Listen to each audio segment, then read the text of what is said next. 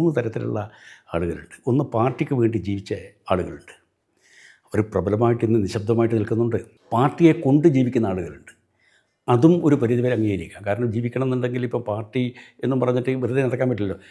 പാർട്ടിയെ കൊണ്ട് ജീവിക്കുന്നവരുണ്ട്. പാർട്ടിയെ വിറ്റിൽ ജീവിക്കാൻ നോക്കുന്ന ഒരു പ്രവണത പതുക്കെ രാഷ്ട്രീയ രംഗത്തേക്ക്, അത് അധികാരമുള്ളതുകൊണ്ടാണ്. അധികാരമില്ലെങ്കിൽ ആരും വരില്ല. അപ്പോൾ ഈ പാർട്ടിക്ക് വേണ്ടി ജീവിച്ച ആളുകൾ എന്ന് പറയുന്നത് പാർട്ടി ഒരു പഞ്ചായത്ത് തിരഞ്ഞെടുപ്പിൽ പോലും മത്സരിച്ചാൽ ജയിക്കാൻ സാധിക്കാത്തൊരു കാലത്ത് അതിൻ്റെ ആശയത്തെ, അതിൻ്റെ ആദർശത്തിൻ്റെ ആ പ്രകാശം, അതിൽ നിന്ന് ഊർജ്ജം തേടി പ്രവർത്തിച്ചിട്ടുള്ള ആയിരക്കണക്കിന് പാർട്ടിക്ക് വേണ്ടി ജീവിച്ചിട്ടുള്ള ആളുകൾ നമ്മുടെ ഉണ്ട്, കേരളത്തിലുണ്ട്. അവർ പക്ഷെങ്കിൽ ഒച്ചപ്പാടുണ്ടാക്കി ബഹളമുണ്ടാക്കിയിട്ട് ഒന്നും നടക്കില്ല. നിശബ്ദമായിട്ടുണ്ടവരവിടെ.